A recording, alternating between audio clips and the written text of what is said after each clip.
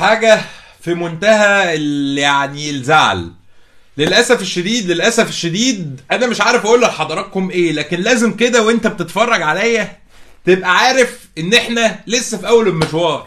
فعليك إنك تجيب يا صديقي يا زملكاوي الآلة الحاسبة ويا أهلاوي تعالى إحنا واخدين على الأجواء دي كتير قوي. طبعا النهارده مفيش اهلي وزمالك، النهارده مفيش تشخيص امور، النهارده مفيش مشاكل مع اي لعيبه، النهارده كلنا واحد في ظهر منتخب مصر، واي شخص بيعمل حاجه غير كده يعرف ان هو مقصر في حق بلده. نقطه. نخش بقى في مواضيعنا.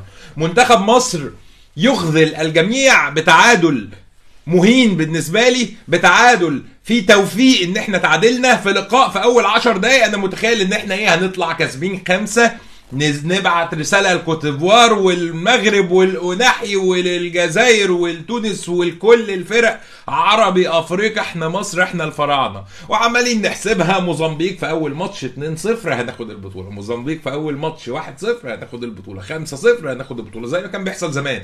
بس الكلام ده قبل العبث اللي احنا وصلنا له، قبل ما صناع الفتنة يسيطروا على الاجواء، قبل ما شويه اهلاويه بيشتموا في الزملكاويه، قبل ما شويه زملكاويه مش فالحين غير في ان هم يشتموا في الاهلاويه، ونفضل في الدوامه دي. وفي نص الماتش ابراهيم سعيد يستقصد زيزو، وقبل الماتش التاني اللي قاعد بره يستقصد مش عارف مين وامام ومين.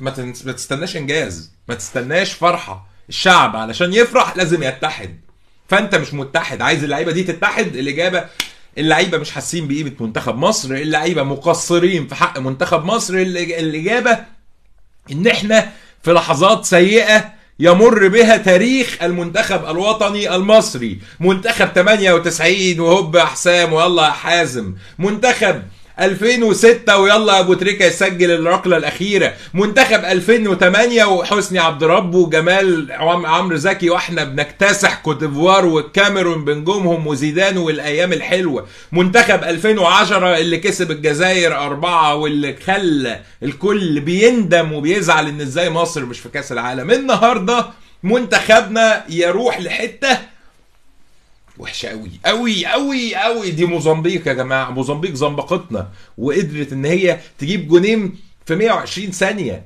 في 120 ثانيه انت بتلعب شوط كامل عمال مش عايز اقول حاجه تتحسب على الواحد وحشه، بس عمال تتدلع، مشيها تتدلع. ايه يا جماعه؟ ايه يا صلاح؟ ايه يا فخر العرب؟ صلاح الجون الاول على فكره قلش منه قلشه ما تقلش من ناشئ في الزمالك ولا ناشئ في الاهلي ولا ناشئ في اي فريق، لكن قلنا معلش ربنا ستر ومصطفى محمد حطها. لكن بقيه الماتش صلاح انا ما شفتوش غير في ضربه الجزاء والشوطه الغريبه اللي هي 82 اللي كانت كره تعادل تخش وصلاح عملها. افضل لاعب في المنتخب واحد فقط هو اسمه عم مصطفى محمد، الوحيد اللي مش شايفه مؤثر في مركزه، الوحيد اللي مناسب لمركزه. دفاعات مصر عندك بقى حل يا عم رويا فيتوريا، سيبك بقى من جو الحنكشه والتدريبات والكلام ده. عندك يا تنزل محمد عبد المنعم جنب ياسر ابراهيم زي ما عم كولر محفظهم في الاهلي، يا تنزل احمد سامي جنب علي بكر علي جبر زي ما اسمه ايه محفظهم في بيراميدز. لكن جو بقى ان انا جايب حجازي لسه بعيد تماما. حجازي من المدافعين المميزين والكبار بس لسه بعيد قوي ولسه تقيل قوي، ومفيش تفاهم بينه وبين محمد عبد المنعم في اي طريق، مفيش اي تفاهم. انا بستأذن كل اللي في الفيديو لو اول مره تتابعنا اعمل متابعه، ولو بتتابعنا على طول ما تنساش تعمل لايك لهذا البث المباشر، واعمل متابعه لليوتيوب كمان، وشير الفيديو ده في كل مكان، ووصل الكل واثبت حضورك بكتابه كلنا واحد. عايز كل التعليقات حالا كاتبه كلنا واحد وكلنا منتخب مصر وكلنا في ظهر منتخب مصر. و هبدأ بقى اتكلم في شوية حاجات كده عايز الكل يركز فيها، ومش عايز حد يشخصن الامور. الصوت شغال يا اللي عمال تكتب لي الصوت مش شغال. احنا دلوقتي مصر مفيش اهلي وزمالك. عايزين كل اللي في الفيديو حالا عاملين لايك وعاملين شير وكاتبين كلنا واحد. انسى الاسماء. هل عزيز الزملكاوي لو امام عاشور النهارده جاب جون وكسبنا خرجنا كسبانين، امام عاشور سجل كوره كده الشوطه اللي شاطها اللي هي طلعت في الاوت في بتاع دي جت جون، انا كنت هزعل؟ انت كنت هتقوم تتنطط جنب صاحبك اللي قاعد يتفرج معاك. هل عزيزي الاهلاوي لو زيزو الشوطه اللي شاطها اللي طلعت برده اللي هي لو جت في العارضه كنت اقول لك احنا خسرنا البطوله، فهي الحمد لله انها ما جاتش في العارضه اللي طلعت برده دي، لو كان جابها مش كنت هتقوم تتنطط؟ كنت هتقوم، كنت هتفرح فوق يا ابني، فوق يا حبيبي، فوق يا بابا، فوق. احنا اسمنا مصر، الاهلي والزمالك فريق، انا بنتمي للزمالك، انت بتنتمي للاهلي، بنتعصب في ماتشات اهلي والزمالك، بنرخم على بعض في صفقه، انت تاخد صفقه انا اخد صفقه، وفي النهايه كلنا واحد. شويه الملح والفلفل بتوع التحفيل دول مش وقتهم، اجزهم، ابوس ايدك اجزهم عشان تصفي النيه، علشان ربنا يكرمنا. لو ما صفتش النيه ربنا مش هيكرمنا. منتخب مصر يا جماعه، انا هقول مفارقه كده، ويعني يا ريت محدش يفهم كلامي غلط. انا اول مره في حياتي ما اعرفش ارد على حد بيتريق على منتخب مصر، على كابتن أناحي والمغرب. الناس هناك بقى عندهم ثقه اللي كانت عندك في 2008 لما كنت بتقول يا لاعب تونس اكسبها، الجزائر اكسبها، المغرب اكسب، اي حد هكسبه. هم الناس دلوقتي عندهم الثقه دي ليه؟ لان عندهم منظومه في الكوره همها الاول والاخير المنتخبات. عندهم الاعلام هناك ما عندوش العبث اللي بيحصل. انا اسف انا هقول بالاسماء، كابتن رضا عبد العال وكابتن ابراهيم سعيد، ايه اللي حضراتكم بتعملوه في التوقيت ده؟ ايه اللي حضراتكم بتعملوه؟ الاخ اللي عامل نفسه زملكاوي، اللي هو سوحنا في مليون قضيه وسوحنا في مليون، ايه اللي انت بتعمله ده؟ ايه اللي انت بتعمله ده؟ اتكسفوا اهلاوي زملكاوي. انت دلوقتي لو متعصب اتكسف، انت دلوقتي عار عليا كمصري، انت دلوقتي بتعمل فتنه في وقت صعب قوي. يا جماعه منتخب مصر محتاجني ومحتاجك ومحتاج الكل. انا مش هدوس على لعيبه النهارده، لسه هندوس في وقت معين. النهارده اللعيبه دي كلها بتمثلني. كهربا انا كزملكاوي رفع عليه قضيه، اللي واخد الفلوس، اللي عامل، اللي مسوي، بيمثلني. النهارده امام عاشور اللي بيني وبينه بيمثلني. عمر كمال اللي مضى للاهلي بيمثلني. وانت يا اهلاوي زيزو بيمثلك، واي واحد زملكاوي فتوح اللي بره بيمثلك، وكل الناس دي بتمثلك. ارجوكم فوقوا، في حاجه اسمها مصر فوق الجميع، مش الزمالك ولا الاهلي. الزمالك فوق الجميع عند جمهوره، والاهلي فوق الجميع عند جمهوره، بس اللي فوق الكل اسمه منتخب مصر. فخلينا نرجع لموضوعنا، واثبت حضورك بكتابة كلنا واحد.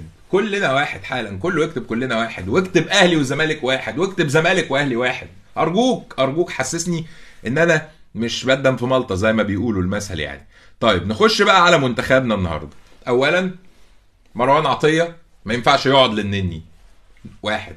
2 امام عاشور ما ينفعش هو اللي ما يلعبش جنب مروان عطية. 3 زيزو يبقى قدامهم، ولكن زيزو يا جماعه مش عيب ان محمد صلاح يخرج وزيزو يلعب مكانه. زيزو لو لعب مكان محمد صلاح هيفيد المنتخب اكتر. انا بقول لك زيزو لو لعب مكان محمد صلاح، وعارف ان الناس هتتريق على البق ده، هيفيد المنتخب اكتر. في الدفاع ياسر ابراهيم جنب محمد عبد المنعم، شكرا، مش عايزين فتحي. عندك لعيب زي حجازي تقيل وعظيم، لكن انت محتاج 2 فاهمين بعض. الجونين النهارده قلبين الدفاع، الجون اللي هو اللي بالهيد اللي هو الجون الثاني، الاول قصدي عفوا، الواد طالع محمد عبد المنعم فاكر وراه ياسر ابراهيم، فبيلعب بقى طالع، فالمفروض ياسر بيغطي جنبه. في الاهلي نفس الكلام بيروح في الجون اللي هو اللي جه الاختراق ده. انت محتاج لعيبه فاهمه بعض يا فندم. حضرتك عملت 50 لقاء ودي ما ثبتش تشكيل. نص الملعب كل شويه النني، شعرك حلو قوي يا نني، ولعيب كبير ومؤدب ومحترم، بس مش وقته يا جماعه، ما ينفعش. نفس الكلام على محمد حمدي، ما ينفعش محمد حمدي يلعب على فتوح اهم وافضل ويبني افضل من محمد حمدي. محمد حمدي ما عملش غير عرضيه صحيحه غير اللي جت جون، اللي هي صلاح قلشها وراح واخدها مصطفى محمد. قدام تريزيجيه لعيب مهم لكن يبقى احتياطي. عندك بقى تحط في الحته دي كهربا في مكانه الاساسي، عندك تحط في الحته دي مرموش، عندك تحط في الحته دي اي حد. النهارده نزول احمد حسن كوكا، مع احترامي ليه، انت محتاج واحد زي كهربا عشان محتاج واحد بيخش ويخرج شويه قدام وشويه ورا. كوكا نزل ما لمسش الكوره اصلا، لان مفيش عرضيات بتوصل مظبوطه. ليه؟ لان عندك عمر كمال عبد الواحد يبدا اللقاء. ما نفتيش يا جماعه. بس ده طلبي وده املي وده اللي انا بتمناه. وانا عارف ان في ناس كتير قوي بتتقمص من اللي انا بقوله دلوقتي ده، لكن هي دي الحقيقه. انا النهارده بشجع منتخب مصر، ما انسى اني زملكاوي، وانسى ان انت اهلاوي، وانسى التعصب. النهارده كلنا واحد مع منتخب مصر. اعتقد محتاجين شغل كتير، اعتقد المهمه مش سهله، لكن الاهم من كل ده اننا كلنا نفتكر ان نادي الزمالك شوف انا نفسي بقيت من كتر الكلام بتكلم على انديه. ان منتخب مصر يا جماعه هو الاساس قبل نادي الاهلي وقبل نادي الزمالك. افتكروا كده دايما، ربنا هيكرمنا، ربنا يفتح علينا، نصفي النيه، نصفي النوايا لبعض، نخرج من حيز التعصب اللي صنعه الكثيرون، ونتحد علشان اتحادنا قوه. غير كده هنرجع بفضيحه، هنرجع زعلانين، هنقعد نتفرج على الفرق.